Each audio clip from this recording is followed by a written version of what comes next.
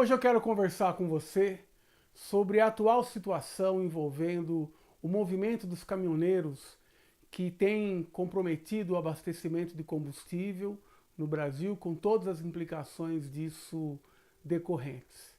Em primeiro lugar, é preciso reconhecer que esse movimento possui duas bases reais para que ocorra. A primeira delas é a política de preços da gasolina, do gás de cozinha, do óleo diesel no governo Temer. Pedro Parente, que era ministro de Minas e Energia no governo Fernando Henrique, quando ocorreu o apagão do setor elétrico no país, Pedro Parente, atual presidente da Petrobras, e Michel Temer realizam uma política de preços que atende a interesses das grandes corporações petrolíferas do mundo, mas é um atentado contra os interesses nacionais. Desde que essa política foi implementada, nós encontramos uma situação de reajustes semanais, de alinhamento dos preços com o mercado internacional, e já houve 230 reajustes nos preços das refinarias. Isso determinou um aumento da ordem de 50% no óleo diesel para o consumidor final e de 60% para gasolina e gás de cozinha. A quem interessa essa política de preços?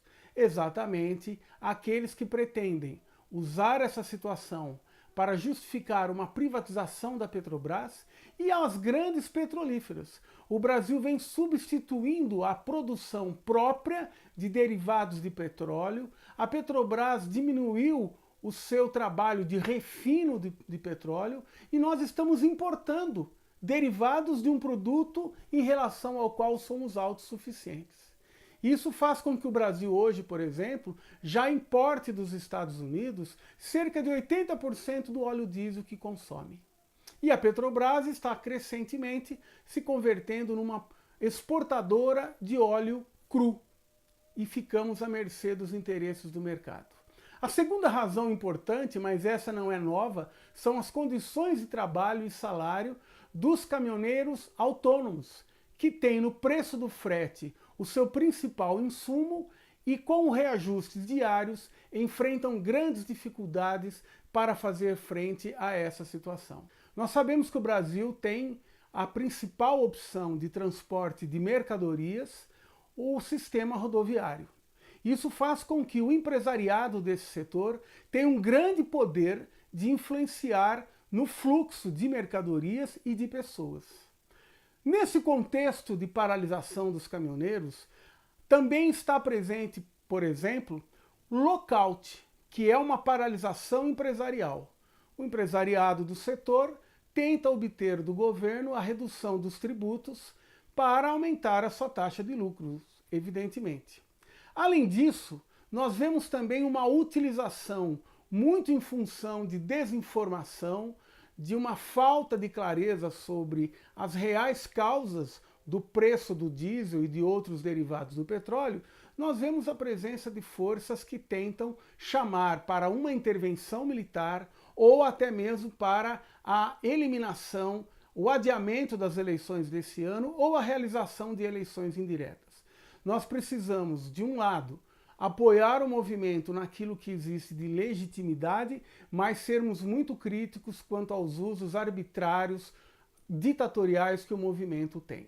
Além disso, nós temos que enfrentar as reais causas desse problema. As medidas anunciadas pelo governo ilegítimo de Michel Temer não vão enfrentar a questão, porque é a política de preços, de inspiração neoliberal, de submissão ao mercado internacional, de reajustes diários nos preços dos derivados do petróleo, que tem que ser alterada.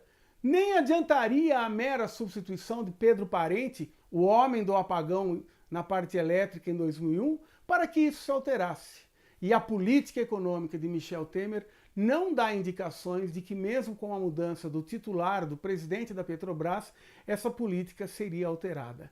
E nós temos que defender a Petrobras, defender a reversão dessa tendência de importarmos derivados de petróleo e recolocar a Petrobras no centro desse setor estratégico da economia.